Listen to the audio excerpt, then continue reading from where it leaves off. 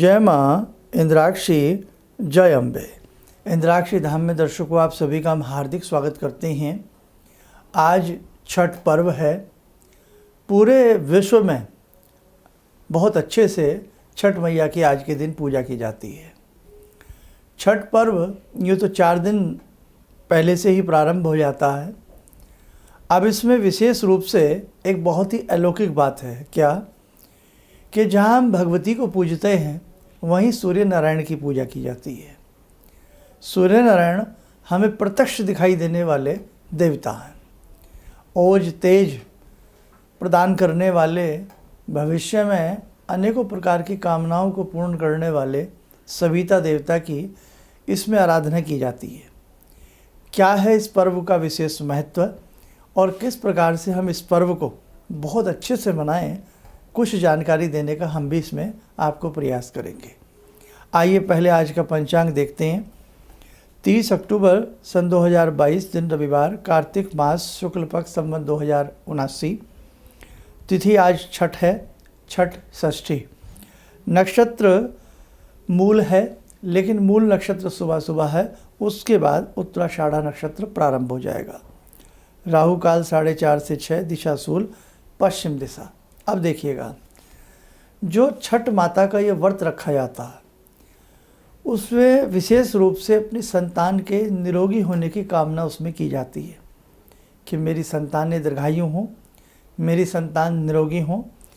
और जहाँ बहुत लोग इस प्रकार की बातें कहते हैं कि इतने सारे पर्व हैं, इतने सारे व्रत हैं, क्या ये अंधविश्वास है? देखो, अपने परिवार की खुशी की कामना मांगना, अपने बच्चों की दीर्घायु मांगना, अपने बच्चों का स्वास्थ्य मांगना, ये क्या बुरी बात है?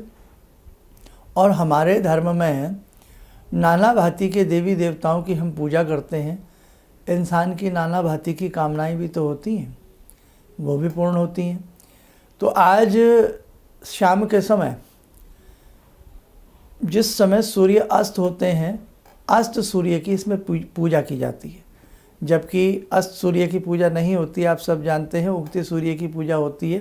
लेकिन सूर्य नारायण से अस्त सूर्य की पूजा में भी कामनाएं की जाती हैं।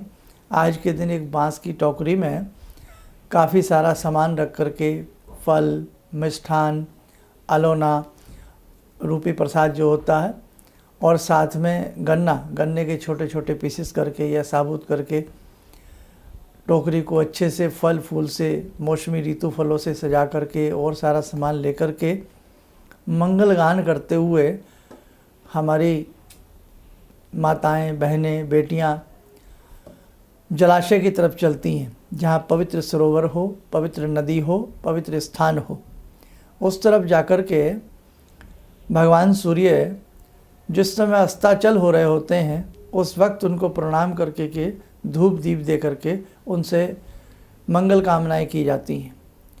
और बहुत ऐसा है कि रात भर उसी जल में खड़े रहते हैं।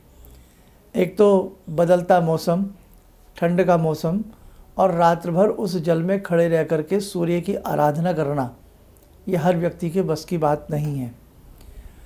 हमारे अनेकों प्रकार के वांग्मय जो ग्रंथ हैं, तांत्रिक ग्रंथ हैं, बहुत अनेकों ग्रंथ हैं, उनमें कई ऐसी साधनाएं प्रचलित हैं, जैसे सरस्वती माता की साधनाएं हैं, नील सरस्वती साधनाएं हैं, कि कंठ तक जल में खड़े रह करके किसी विशेष मंत्र का ग्रहण काल में या किसी अन्य विशेष पर्व पर जब उनके मंत्र को जपा जाता है तो वो मंत्र सिद्ध होकर के चैतन्य हो जाता है।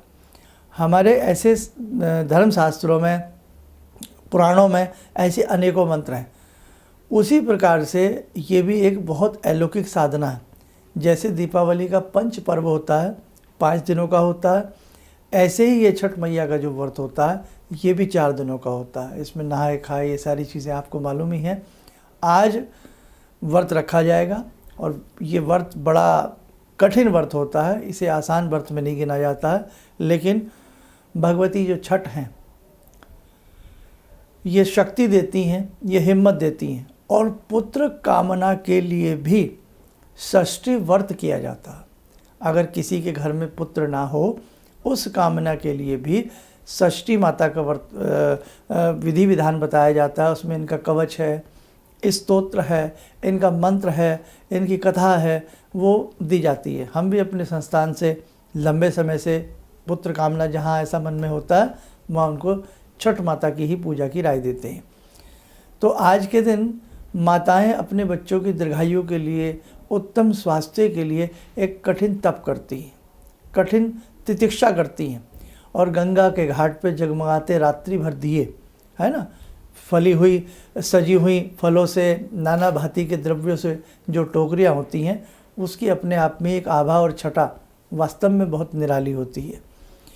तो भारतीय सत्य सनातन धर्म में नाना भांति के पर्व हैं। यूँ तो ये पर्व झारखंड, छत्तीसगढ़, बिहार प्रांत में मनाया जाता है बहुल्य रूप से, लेकिन आज पूरे विश्व में अपने अपने रूप से जहाँ जहाँ तक ये चीज़ें फैलती गईं, लोगों को इनकी अच्छी चीज़ों का पता लगता गया। अब देखो ना, एक व्रत में 2 देवी माता का भी पूजन और भगवान सूर्य का भी पूजन। अनोखा व्रत है ना। नहीं तो हम क्या करते हैं, अक्सर जिसका व्रत होता है उनकी पूजा करते हैं, लेकिन यहाँ छिपते सूर्य को भी प्रणाम किया जाता है और उनकी पूजा की जाती है और बहुत अच्छे से करें। और उसमें एक विशेष प्रकार का प्रसाद बनाया जाता है जिसे ठेकुआ कहा जाता है। ये कैसे बनता है? इसमें आटा होता है, शुद्ध घी होता है, चाहे गाय का लें, शुद्ध घी होता है और उसमें गुड़ मिश्रित करके के ये ठेकुए का प्रसाद बनाया जाता है। और कहीं कहीं ठेकुए के सांचे बना करके एक चीज़ और प्रचलित है कि उस पर सूर्य भगवान के रथ के साथ उनका चित्र भी अंकित किया जाता है। तो बड़ा ही अपने आप में ये अद्भुत बात है और वो प्रसाद स्वाद भी बहुत लगता है। क्यों? क्योंकि उसमें भगवान की मिठास आ जाती है। और कल प्रातःकाल जब सूर्य उदय होते हैं, उदय होने से पहले ही बहुत भोर काल में ही घाट के ऊपर अच्छी सी भीड़ लग जाती है, सब लोग वहाँ पहुँच जाते हैं और बहुत लोग तो 99% रात्रिकालीन ही वहाँ रह करके तप तितिक्षा करते हैं। सुबह ही जिस समय सूर्य भगवान अपनी आभा छटा बखेरते हैं, जैसे ही सूर्य भगवान उदय होते हैं और आकाश में एक लालिमा फूट पड़ती है, उसी समय सूर्य भगवान का जय जयकार करते हुए, अर्घ्य देते हुए, दीपदान सूर्य नारायण को करते हुए इस व्रत का समापन किया जाता है। कहने का भाव, नवग्रहों में सूर्य प्रत्यक्ष देवता है, तो प्रत्यक्ष देवता की पूजा करना, और ख़ास तौर से हमारे इतने देवी देवता हैं, बहुत सारे देवी देवताओं को हम पूजते हैं, मानते हैं, लेकिन वो हमें एक खुली आँख से दिखाई नहीं देते हैं, मानसिक दृष्टि से हमें दिखते हैं, लेकिन सूर्य नारायण तो हमें खुली आँख से दिखते हैं, नेत्रों से दिखते हैं। इसीलिए सूर्य नारायण की जो भी साधक अपने जीवन में साधना उपासना करता है, वो किसी भी प्रकार से नुकसान में नहीं रहता है, उसे नाना भांति के लाभ मिलते हैं। तो ये व्रत हमें ये बताता है कि हमारे 30 त्यौहार हमें अच्छे से मनाने चाहिए। हमारे घर में अगर संतान अस्वस्थ रहती हो तो हमें हर हालत में यदा कदा जब भी छठ आती है, शुक्ल पक्ष की छठ में हमें छठ मैया का पूजा करते रहना चाहिए। और जब वर्ष में दीपावली के बाद कार्तिक के महीने में शुक्ल पक्ष में जब छठ तिथि आती है तो हमें प्रयास करके छठ मैया का व्रत भी रखना चाहिए और हमें अच्छे से उनका पूजा पाठ भी करना चाहिए। आइए, बात की है छठ माता की। छठ माता कौन है? ये प्रकृति का छठवां रूप भी मानी गई हैं और बहुत सारे इनके बारे में रहस्य हैं। भगवती का ही एक स्वरूप माँ छठ हैं, छठ मैया है। ठीक है, तो आइए भगवती का ध्यान करें, भगवती के रूप में ही छठ मैया को प्रणाम करें और आप भी अपने घर बैठ कर के भगवती से ये कामना करें, हे माँ, हे जगजननी, आपकी कृपा से हमारे बाल गोपाल स्वस्थ रहें। ॐ सिन्दूरारुणविग्रहां त्रिनयनां माणिक्यमूलस्फुरात् स्तारानायकशेखरं स्मितमुखी भापेन वाक्षोरुवां पाणिभ्यामलपूर्णरत्नचषकां रत्नोत्परां बिभ्रति सौम्यां रत्नगटस्थरक्तचरणां ध्यायेत्पराम् अम्बिकां खड्गं चक्रगदेषु चापपरिगान् शूलम्बुशुण्डिं शिरा शङ्खं संदधतीं करे स्त्रीनयनां सर्वाङ्गभूषावृतां नीलास्मद्युतिमास्य पाददशकां सेवे महाकालिकां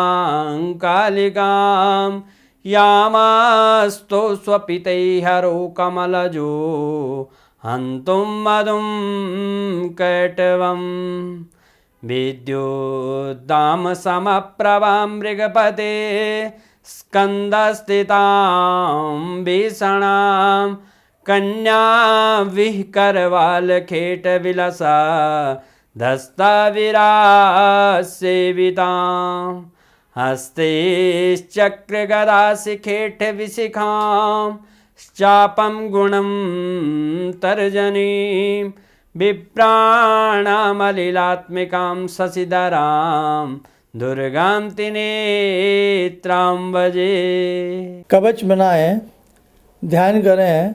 भगवती छठ मैया हम सबको शुभ आशीष प्रदान कर रही हैं।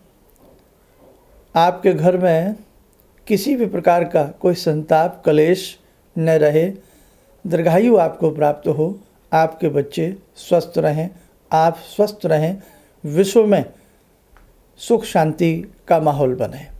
आइए कवच बनाएं।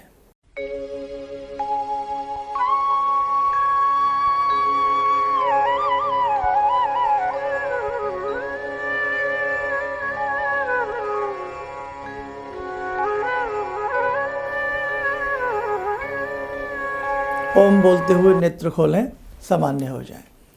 देखो, ये जितने भी तीज और पर्व हैं, इनके पीछे पूरा साइंटिफिक हमारा आधार है। आज साइंस में डॉक्टर भी कहते हैं, मेडिकल साइंस में, आप बात स्नान कीजिए, कहते हैं ना, आप सूर्य को प्रणाम कीजिए। हम योगासन की बात करें तो उसमें भी सूर्य का नमस्कार कहा गया है। तो ऐसे ही जब हम अपनी ये तप तितिक्षाएँ करते हैं तो हमें शारीरिक लाभ के साथ साथ मानसिक लाभ के साथ साथ हमें आध्यात्मिक लाभ की भी प्राप्ति होती है। इसलिए मैं अपने सभी साधकों से कहना चाहूँगा, और ख़ास तौर से छत्तीसगढ़, बिहार, है ना, झारखंड, जहाँ जहाँ हमारे जितने भी साधक हैं, सब खूब फलें फूलें। आप सबके ऊपर छठ माता, सविता देव, सूर्य देवता की कृपा आपको प्राप्त होती रहे। और आज विश्व में जहाँ जहाँ भी आप सब ने व्रत किया है, भगवती की कृपा से आपका ये व्रत बहुत अच्छे से संपन्न होवे। और जिन्होंने व्रत नहीं किया है, ऐसे भी बहुत लोग हैं जो आज प्रथम बार इस सब चीज़ों को सुन रहे हैं या जान रहे हैं, तो वो आज अपने घर में भगवती के किसी भी स्वरूप, सबके घर में भगवती का चित्र है, उन्हीं के स्वरूप को प्रणाम जरूर करें, धूप दीप देवें, पंचोपचार पूजा करें और कामना करें कि आपके बच्चे दीर्घायु हों और स्वस्थ रहें। हम भी सभी देशवासियों को शुभकामना देते हैं। आप खूब फूले फलें, आप स्वस्थ रहें, सुखी रहें। इन्हीं शुभकामनाओं के साथ हम अपनी वाणी को विराम देते हैं। जय जय अम्बे, जय छठ मैया। लेकिन पता नहीं कितने सारे लोगों को इन्होंने डिप्रेशन से उबारा है, नया मोटिवेशन दिया है काम का। इनका जो एक अनुभव था कि एक मेरी बातें इनसे लगातार कभी कभार हो जाया करती हैं। एक दिन मेरी बात हो रही थी, अचानक इन्होंने प्रश्न किया कि क्या आपके यहाँ कौवे आ रहे हैं। मैं बहुत तेज चौंका। करीब 4-5 दिनों से कौवों का झुंड मेरे घर पे मंड रहा था। तो मैं यही सोचने परेशान था, ये शुभ है अशुभ है, क्या चीज़ है। तो मैंने प्रश्न किया कि क्या मैंने आपको बताया कि मेरे घर में कौवे आ रहे हैं। कहने नहीं, मुझको दिखाई पड़ रहा है। तो कुछ तो अलौकिक है इनमें। दूसरा क्या, जो इनका उद्देश्य है, जब महाकुंभ में आए थे, मेरी इनसे वार्ता हुई, तो मैंने इनका उद्देश्य जानना चाहा कि किस उद्देश्य के लिए आप काम कर रहे हैं। तो जो उद्देश्य उन्होंने मुझको बताया, मैं मन से इनके उद्देश्य के साथ जुड़ गया। इनके साथ तो जुड़ा था ही, अब इनके उद्देश्य के साथ भी हूँ मैं। हमारे विभिन्न ज्ञानवर्धक कार्यक्रम देखने के लिए आप हमें अभी सब्सक्राइब करें, बेल आइकन को प्रेस करें ताकि आप देख सकें हमारा कार्यक्रम सबसे पहले। और अधिक जानकारी के लिए फेसबुक पेज को लाइक करना न भूलें।